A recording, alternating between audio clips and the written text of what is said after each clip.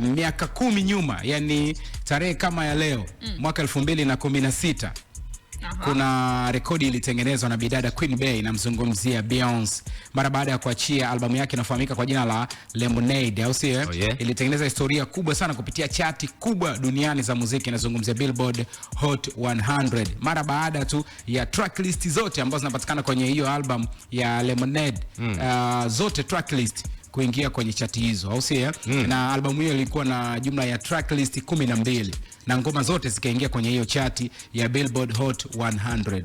Ilitengeneza historia kubwa sana. Before ya hiyo, bidada anafahamika kwa jina la Taylor Swift, alikuwa anashikilia rekodi ya kuwa na ngoma nyingi ambazo zipo kwenye hiyo chati.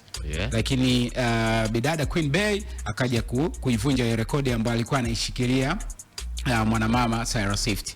Imagine unatoa album alafu magoma yote yani yanaingia. Sema kwenye maandalizi pia nilikuwa nafuatilia. Maandalizi yake pia yalikuwa heavy sana. Yaani mfano kwenye ngoma ambazo walikuwa wanazifanya kwenye studio ambayo walikuwa wanarekodia, kila mtu alikuwa anasainishwa mkataba wa ikitokea amevujisha chochote kwenye sehemu ya album analipishwa dola za Kimarekani milioni 1.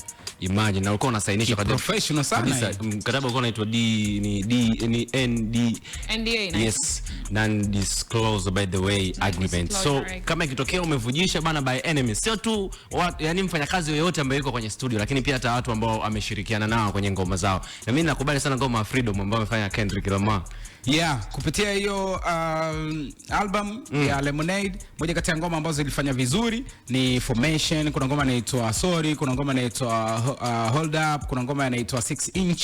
6 Inch tena. Inches. Kama ni Kobe Shoes. Hii ngoma ameshirikishwa mkali kutokea Canada, anamzungumzia The Weeknd. Lakini kuna ngoma inaitwa Don't Hurt Yourself, ameshirikishwa Jack White, na hiyo ngoma ambayo wewe unaikubali ya Freedom ambayo ameshirikishwa K. Sure. So kwa sababu